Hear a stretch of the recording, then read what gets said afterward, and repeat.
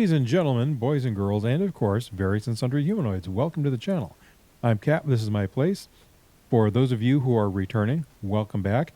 And for those of you who are here for the first time, welcome in.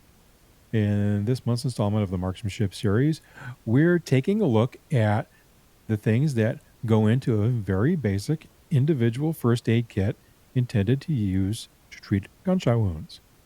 As always, please remember to like, share, and subscribe. All that will help me greatly continue my research on what happened to preparations A through G. Now, let's get to the video. Hey everyone. What we're going to do here today is take a look at individual first aid kits, specifically the one that I carried here on my body armor while I was working. Similar to the disclaimer that I put at the beginning of my videos where I explain and demonstrate some principles of basic marksmanship. I am not attempting to teach you first aid or trauma. That's never something I've been certified to teach. My goal here today is simply to get you to think about the things you probably should have in a very basic trauma kit.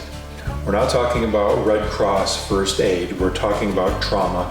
That's what we experience or other people experience in a gunshot wound.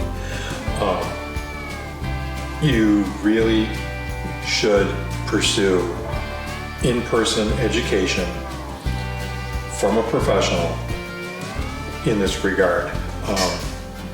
For the last, I think it was 5 or maybe 6 years of my working career, we had a SWAT medic who came in and would teach our yearly recertification. I'm not attempting to endorse any particular brand, piece of equipment, or supplier. I'm simply showing you the types of items that I carried, and I will name, I think I'm thinking of 4 suppliers that I have used to acquire first quality, non-knockoff equipment and supplies for my first aid kit.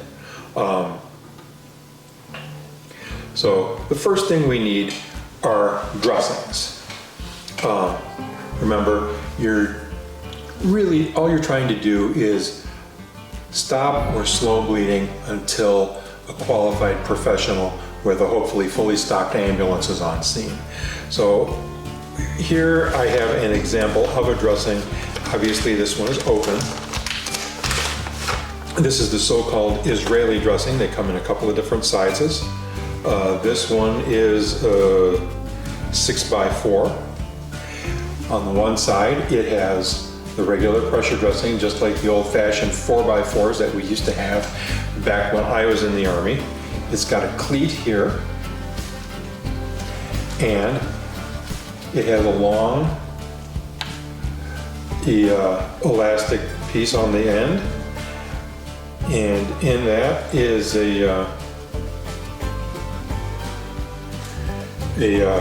another cleat. You ought to be, at least in my semi-humble opinion, not only buying a couple of these for actual use, but you should be buying an extra one of these so you can train with it. Just like with marksmanship, if you don't train with your equipment, you're not going to be good with it. One of the things you need to know is that on these packaging, you're going to find what amounts to a freshness date, just like the stuff you buy at the grocery store. These, when they're new, they're compressed and there's no air in them, and they're guaranteed to be sterile, but past that date, they're not. And the other thing that can happen is just for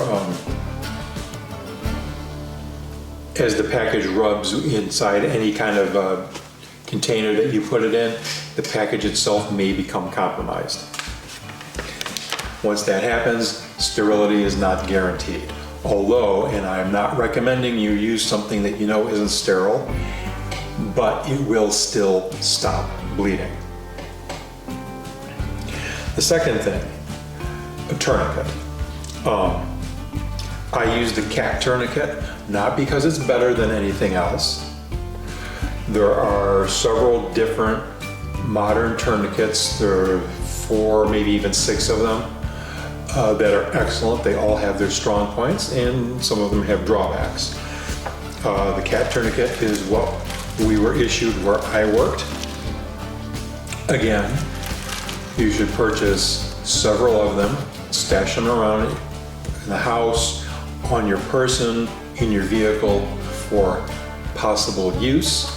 But hey, what's this? This is blue. This is a new in the package training tourniquet. CAT tourniquets have a windlass in them, and the nylon strip that runs through the windlass and into the main strap, it gets kind of boogered up fairly quickly as you use it, and so it's not something you can use more than once or twice as an effective training aid and then still expect it to function properly. Your tourniquets, as you get them, come in this kind of a plastic package like this, and frankly, this is not the way you want to find it when you need one. I might have gone over this once before, but you have to stage your tourniquet. Different types of tourniquets get staged different ways. So the CAT tourniquet,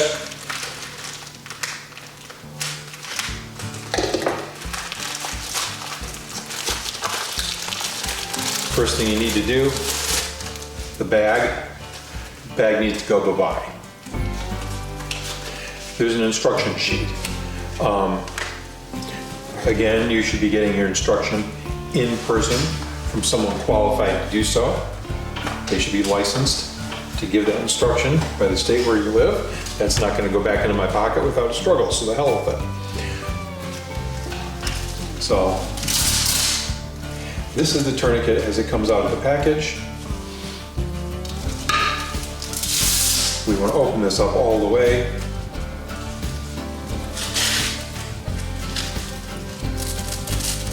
We want to make this big enough that it'll pass over your own foot while you're wearing, in my case, a boot.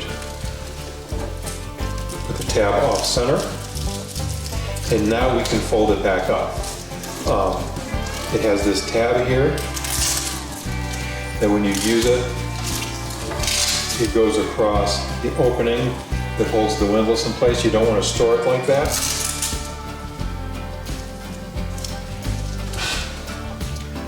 And this is the way it looks. What we'll do is we'll fold this up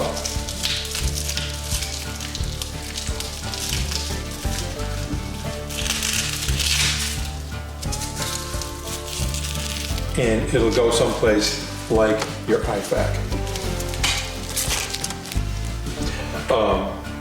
The next thing, wound packing gauze. You hear a lot about granular quick clot.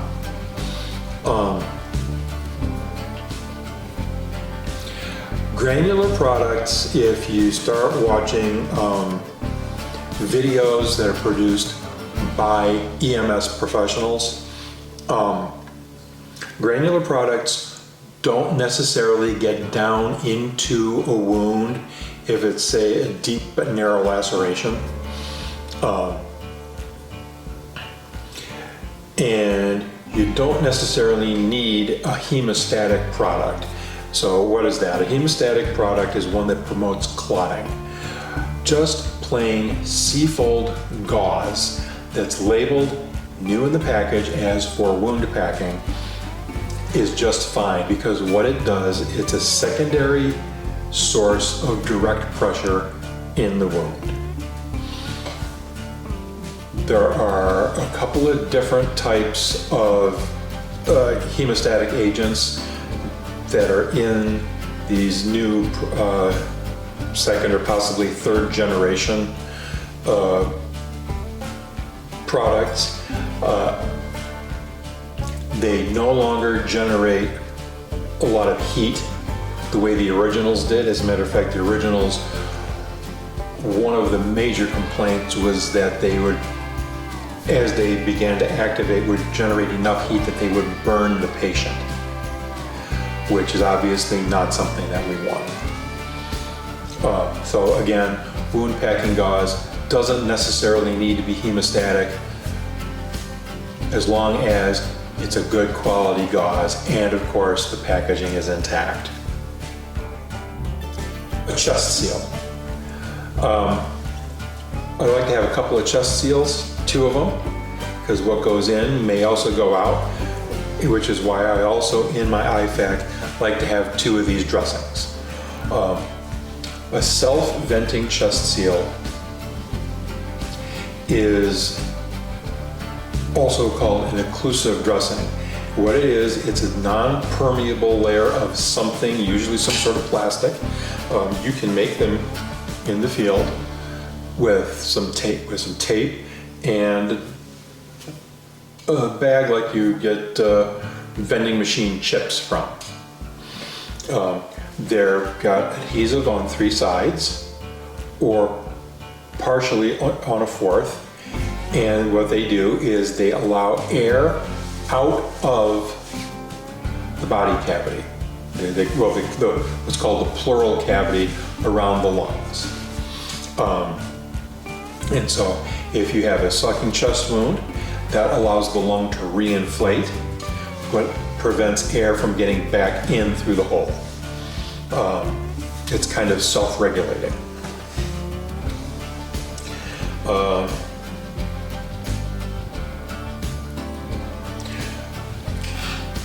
Now, sourcing. The first thing you need to understand about sourcing is, just like everything else in the world, there are knockoff, counterfeit products made from substandard materials. You want to get your especially your tourniquets from an actual manufacturer or the wholesaler of those types of supplies. Don't be getting this kind of stuff off of Temu. These are $35 from North American Rescue. If that sounds expensive, well, okay, then I guess your life is worth less than $35. Knockoffs will have cheap plastic for the windlass, and when it's cold out and you really need it, the windlass may break and now you have nothing. So we don't cheap out. Again, I've used, for suppliers, North American Rescue, which is the source of my tourniquets. I have used LA Police Gear. I've used Blackhawk. All 3 of them not only will retail to individuals, but they are a vendor at the wholesale level to police, fire, and EMS agencies. The fourth place that I've used as a source of supplies is Ranger Joe's International. They're not necessarily an old-fashioned Army surplus store. They're a military supply store with a storefront in Columbus, Georgia, outside of what at least used to be Fort Benning. I don't know what it is now. So, quality equipment, receive training on a regular basis, and you have to train yourself on a regular basis, just like with marksmanship. So, thanks for watching, guys. Just a quick video on things that you might want to consider having in your individual first aid kit. As always, new videos every Wednesday. And, of course, as weird stuff pops into my otherwise empty head on a Monday or Friday. Thanks for watching. We'll see you next time.